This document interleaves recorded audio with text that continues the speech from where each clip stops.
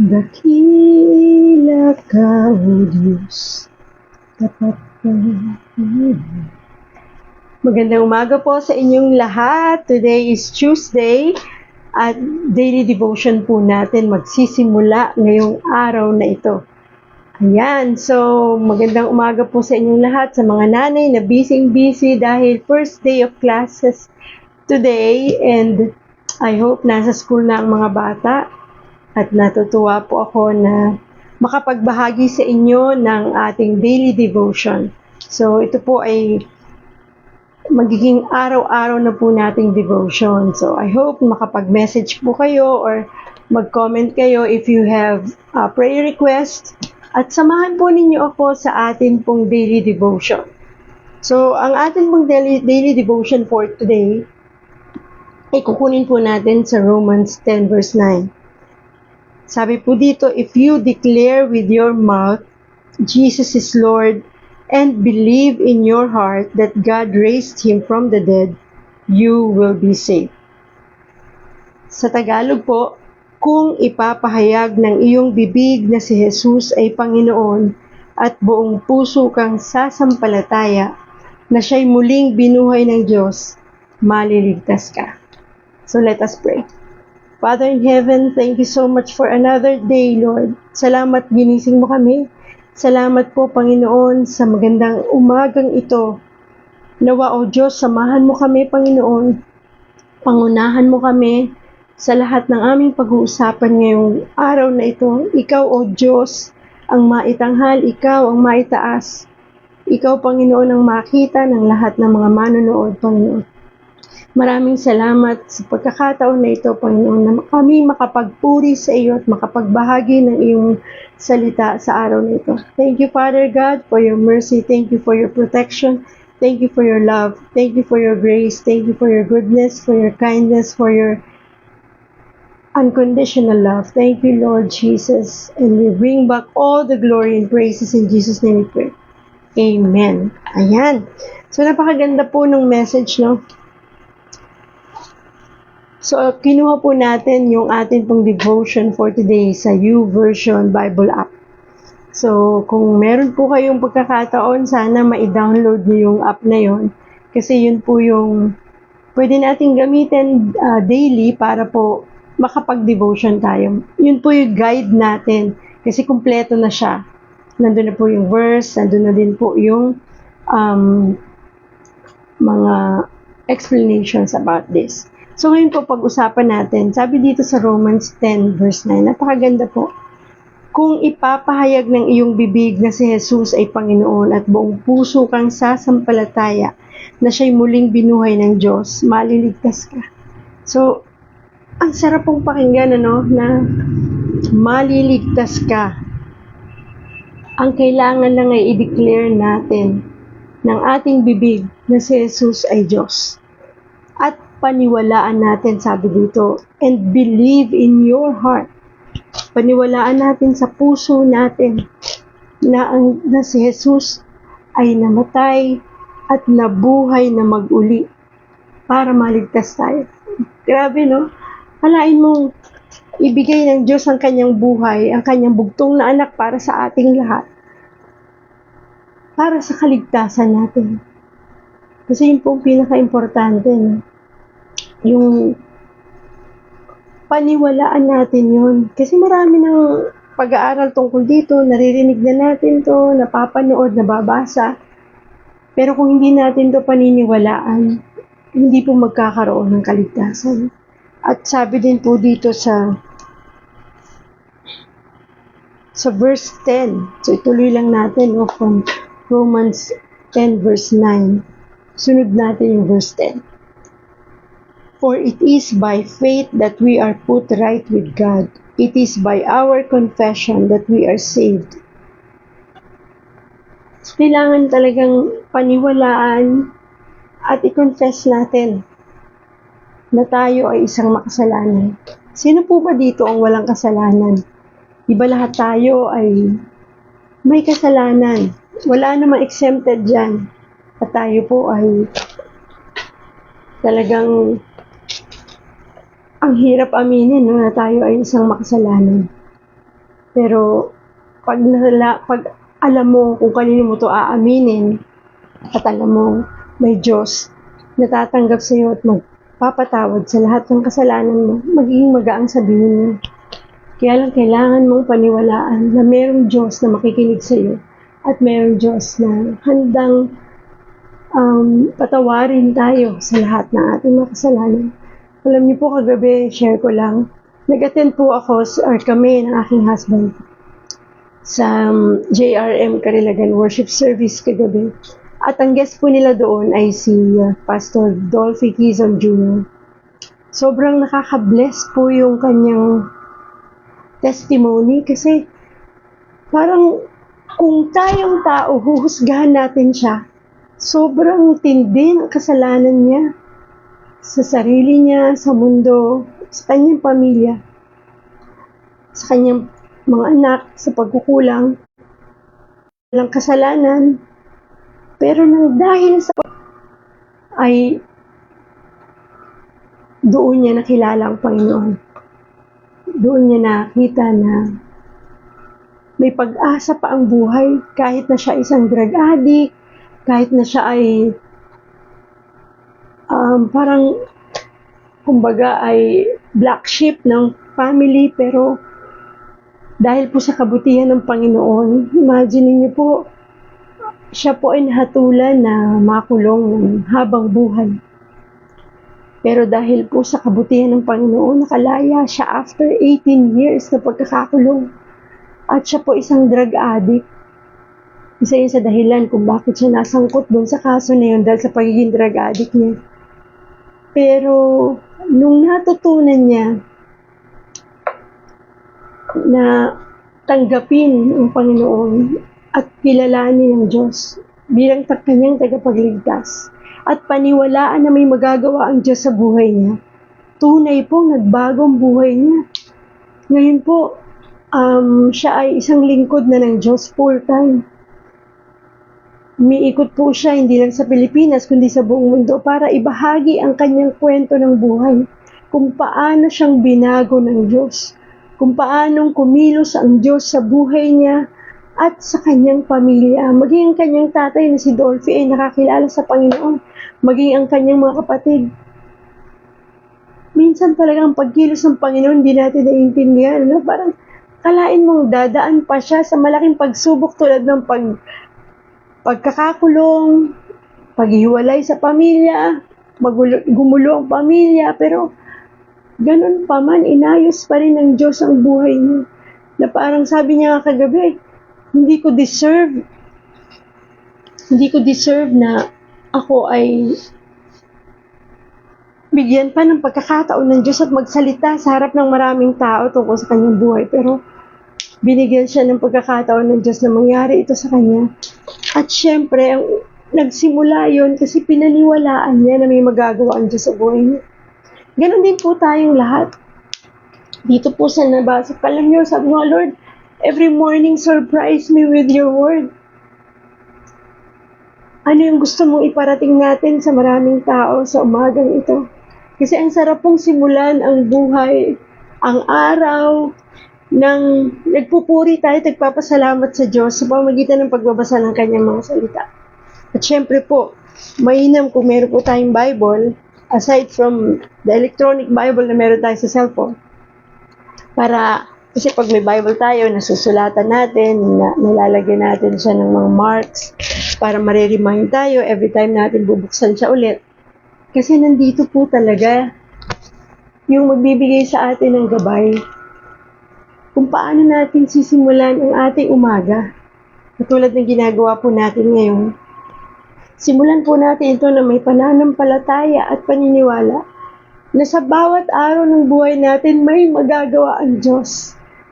Maaaring kagabi hindi maganda yung tulog mo, maaaring bago ka matulog, ang daming naisipin ang mga problema na posibleng akala mo wala ng solusyon.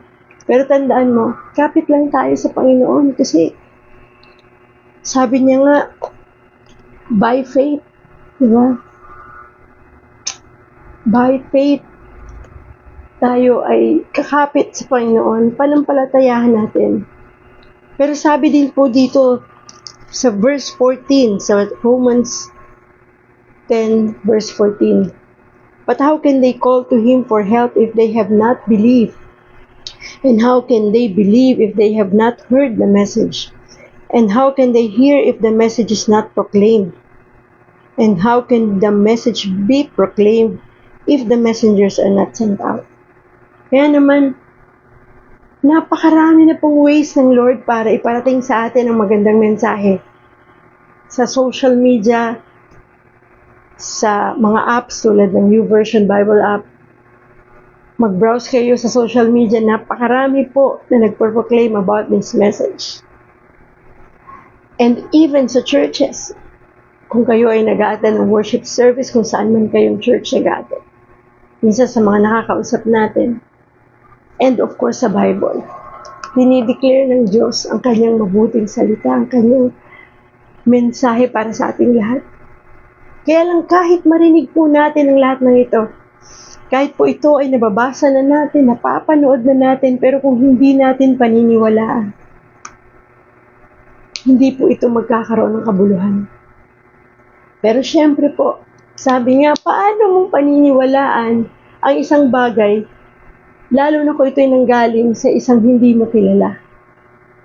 Napaka-importante po na kilala natin kung sino ang ating Diyos, kung sino si Jesus sa buhay natin. Sino nga ba siya?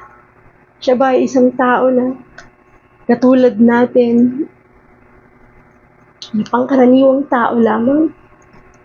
Alam natin kung sino ang Diyos. Maraming nagsasabi, kilala ko ang Diyos. Totoo naman po. Pero napaka-importante na hindi lamang natin siya kilala. Dapat po ay meron din tayong personal na relasyon sa Kanya. Kasi hindi ba, napakahirap paniwalaan kahit na nga lang sa ating mga kakilala, kaibigan, di ba? Kahit kakilala mo siya, may mga sinasabi siya, hindi mo naman mapaniwalaan kasi hindi mo siya ganun kakakilala. Same thing with the Lord. Napaka-importante po na kilala natin ang Panginoon dahil may relasyon tayo or personal na relasyon sa Kanya. Sapagkat ang Diyos po natin ay hindi basta Diyos. Siya ay Diyos na nagkatawang tao. At siya lang ang nakagawa na namatay at pagkaraan ng 3 araw ay nabuhay na mag-uli. Wala pong pwedeng gumawa nun na muling nabuhay. At siya lamang ang kayang gumawa ng mga himala sa buhay natin, sa buhay ko, sa buhay ng lahat ng tao. Ang kailangan lang natin ay paniwalaan natin ito.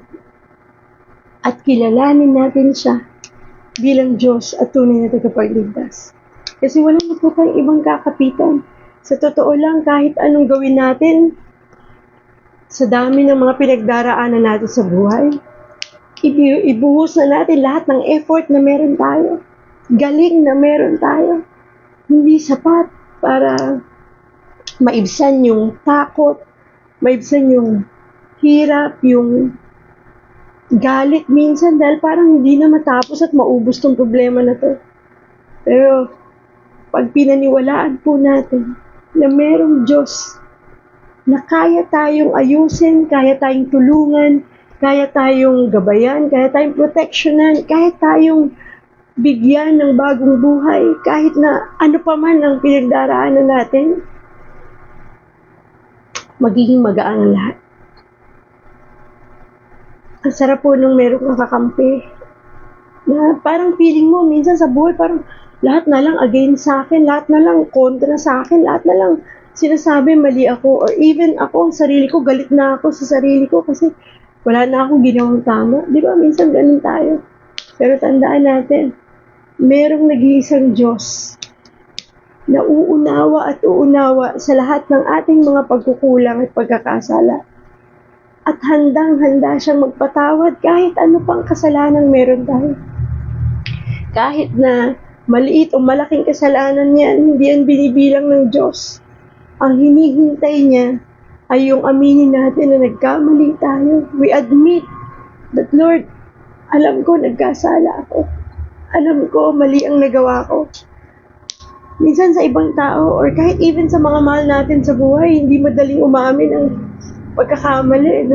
Yung mag-sorry nga lang sa kakila or kahit sa asawa, sa mga anak. Hindi madaling mag-sorry.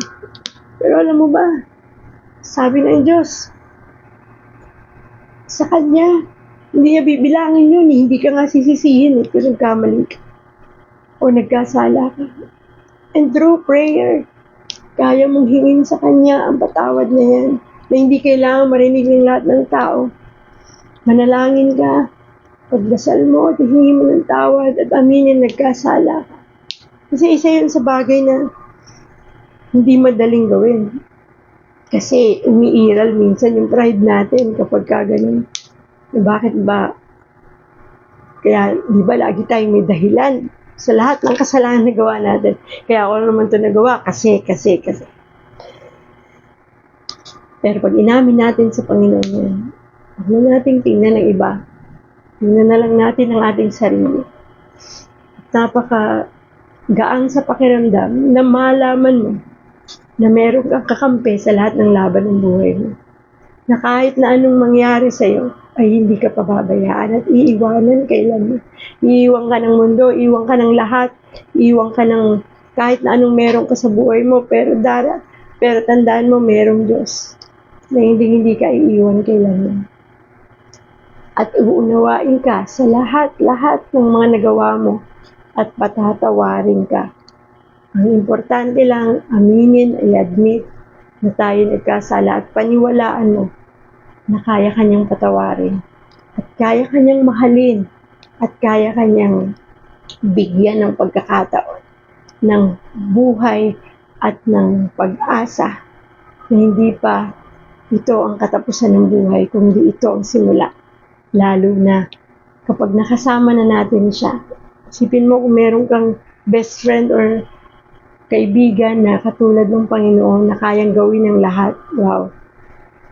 Wala ka nang ikakatakot pa. Wala ka nang ipapangamba kahit ano pang mangyari.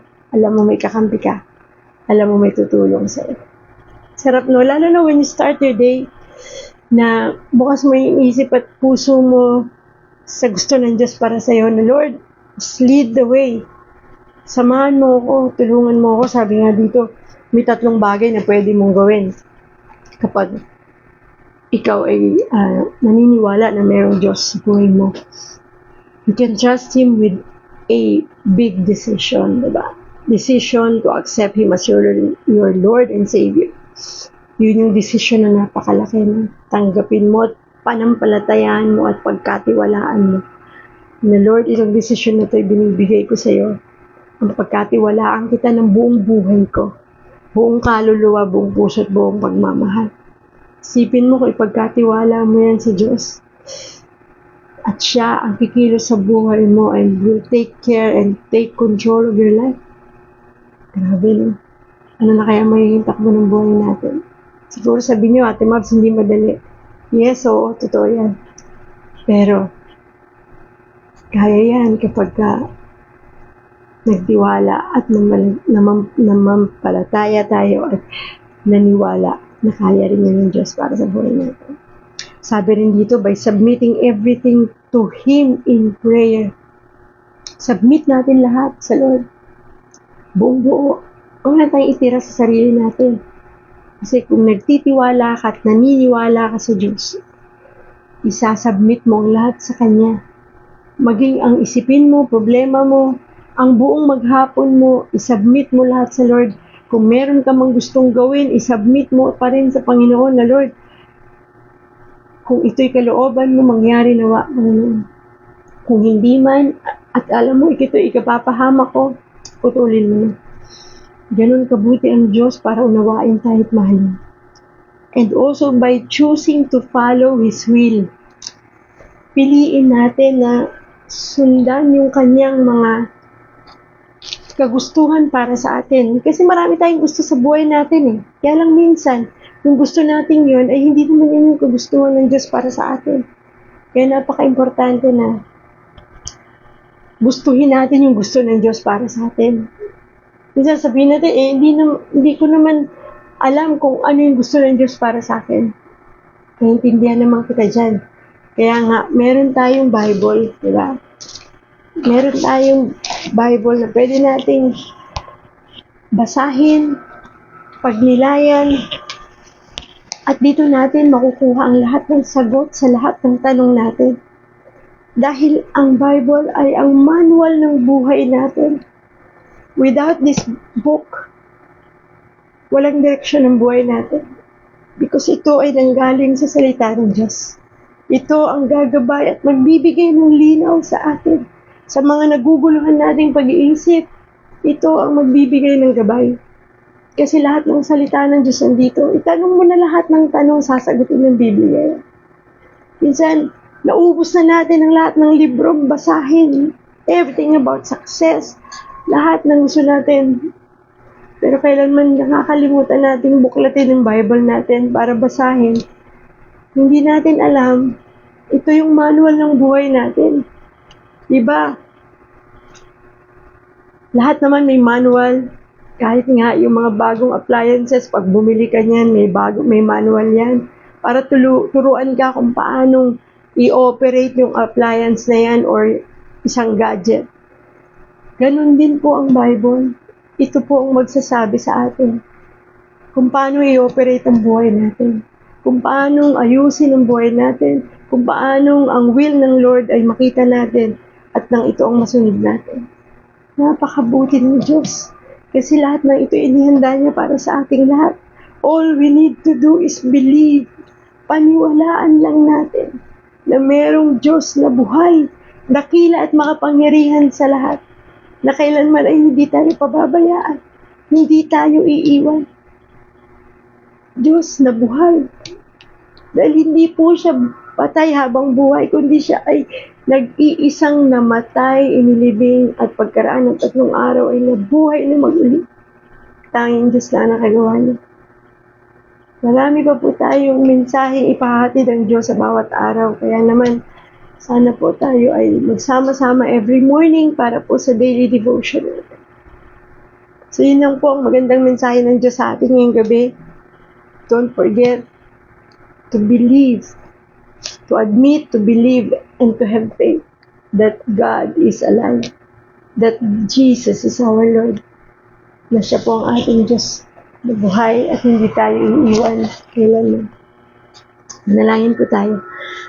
Father in heaven, thank you so much for this another day, Lord. Salamat, Panginoon, sa isang araw na binigyan mo kami ng pagkakataon na makapag-devotion, Lord. At kung sino man, Panginoon, ang nakakapanood nito, Panginoon, anuman ang kanilang pinagdaraanan, O Diyos, sipuin mo po sila, tulungan mo po sila, samahan mo po sila, gabayan mo po sila, Panginoon. Tulungan mo sila, Panginoon, na makita ang iyong kadakilaan sa kanilang mga buhay. Na makita nila, Panginoon, na merong Diyos, na hindi sila iiwan kailanman, na merong Diyos na kayang gumawa ng himala sa kanilang mga buhay. Kung meron man taong nakakapanood nito, Panginoon, na may karamdaman, hipuin mo po siya, Panginoon. Bigyan mo ng kagalingan, bigyan mo ng kalakasan, Panginoon, sapagkat ikaw ang dakilang Diyos at dakilang doktor, na kayang magpagaling ang kahit na anong karamdaman. Panginoon, tulungan mo rin ang bawat pamilya, Panginoon, na hindi ayos. Tulungan mo na maging buong muli ang mga pamilyang hindi nagkakasundo. Mga relasyon na nasisira, Panginoon, huwag mong ipahintulot na tuluyan itong masira. Panginoon, tulungan mo rin kami na patuloy na magkaroon ng kababaang loob, Lord. Na kami walang magagawa, hiwalay sa iyo, Panginoon, kami walang magagawa. Kaya't samahan mo kami, Panginoon, sa bawat lakad ng buhay namin, sa bawat oras at araw na kami ay nagtatrabaho, nag-aalaga ng aming mga anak. Kung saan man kami naroroon, Panginoon, samahan mo kami, tulungan mo kami, at ikaw, Panginoon, ang siyang laging makita ng lahat ng taong makakasama at makakausap namin. We love you, Father God, at salamat sa pagmamahal mo, sa walang hanggang pagmamahal at pag-ibig na pinadarama mo sa amin. Bagamat hindi kami karapat-dapat, Panginoon, pero patuloy mo pa rin kaming minamahal. Patuloy mo pa rin kaming pinapatawad sa aming mga kasalanan. Maraming salamat po, Panginoon, sa iyong kadakilaan. Thank you for your mercy, Lord. Thank you for your love. Thank you for your goodness. Thank you for your faithfulness. Thank you for your kindness. Thank you for your grace, Lord. Thank you, Jesus. Thank you, Father God. Protect us, O God. Lead us, O Lord. Control our lives. In Jesus' name we pray. Amen. Thank you so much. Ayan. So kung hindi man po kayo nakasabay sa live natin for today, ito po naman ay may replay and I hope na mapanood po ninyo at i-share ninyo kung sa tingin po ninyo kayo ay natulungan ng mensahe ng live na ito. At nawa po ay patuloy niyo akong samahan every morning para po sa ating daily devotion dito po sa God Loves You Movement. At ito po ay isang samahan ng mga taong wala lamang pong hangad kundi ang makapaghatid ng mabuting balita sa maraming tao. Thank you po sa panonood and samahan po tayo ng Diyos sa ating buong maghapon. Maraming salamat and God bless everyone. Please like and share po ang ating God Loves You Movement dito po sa ating page. Maraming salamat po. God bless. God loves you.